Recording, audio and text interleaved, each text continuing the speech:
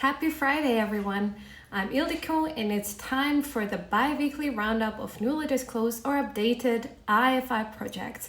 This time, we're covering the period from 28th of July to the 8th of August 2025. Now, if you've been with us for the past few months, you'll know that disclosure weeks can be a bit like the tide. Sometimes in the disclosure period, we've got a big surge, and other times are more quiet. This period is somewhere in between, but it's packed with a few gems.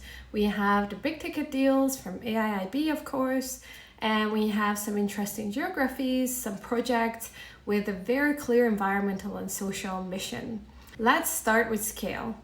From the Asian Infrastructure and Investment Bank, we've got the Capital Private Credit Fund 3, which is $125.5 billion across multiple sectors and multiple countries. It's not a Category A project, but the size and the scope mean it would be touching a lot of sectors we track, from infrastructure to clean energy, for example. When these funds deploy, they often create ripple effects across the dozen smaller projects that never make the headlines. So this is definitely one we'll be looking out for. In Turkey, the Istanbul Resilience Project just moved into active status with the World Bank. And yes, resilience means climate and seismic resilience woven into the urban planning aspects. We've been spotting a trend in recent months with big cities upgrading their infrastructure, not just for the capacity, but also to be able to handle some shocks and stress of a changing climate.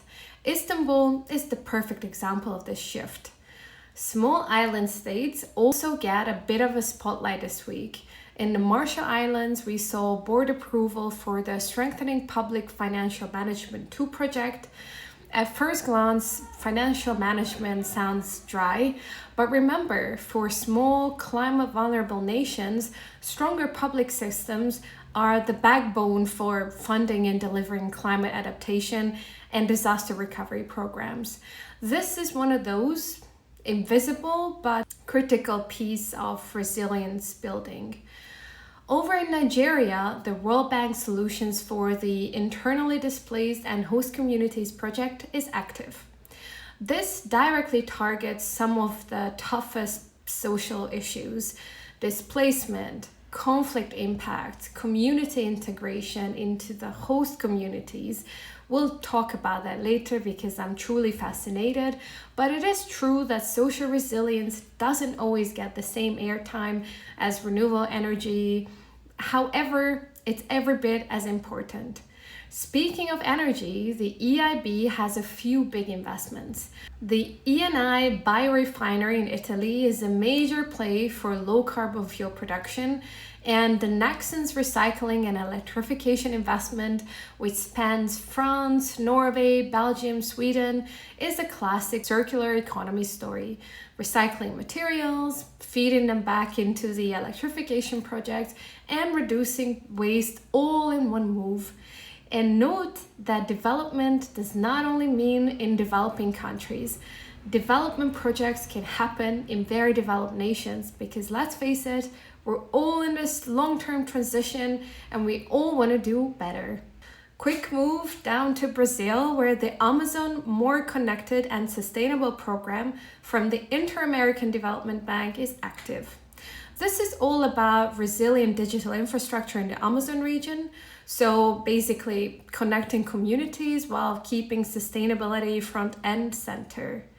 We've been talking for weeks now about how digital investments are increasingly framed as resilience tools, not just growth tools. And here's another example. Sticking with Brazil, the private delivered Metro Sao Paulo Line 4 Phase 3 extension shows that urban mass transit is still a high priority in big cities. That's both a climate play, moving people efficiently, cutting emissions, and a social equity play by improving access and often safety. Over in Tanzania, the African Development Bank disclosed the submarine power cable to Zanzibar. This is an engineering feat and a critical enabler for energy security on the island. It also opens the door to more renewable integration in the long run, which is an angle worth watching for future category implications. One thing I love about tracking these disclosures is spotting pattern over time. This week reinforces the three main trends that we've been seeing. Number one, energy transition projects are getting more complex. They often combine renewable generation, recycling, circular economy, climate resilience. It's not just a one-trick pony anymore. Two, digital infrastructure is increasingly seen as a resilience measure in its own right, especially in remote, climate vulnerable regions, hello small island nations, and the global south. Number three, small states and island nations are quietly getting a bigger slice of a pie, whether it's governance reform, power access, or climate adaptation.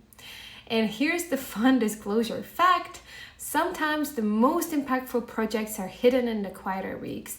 They might not all be a large category A or get attention from NGOs, but a few strategic approvals in places like the Marshall Islands or Zanzibar can really shape the entire national strategy.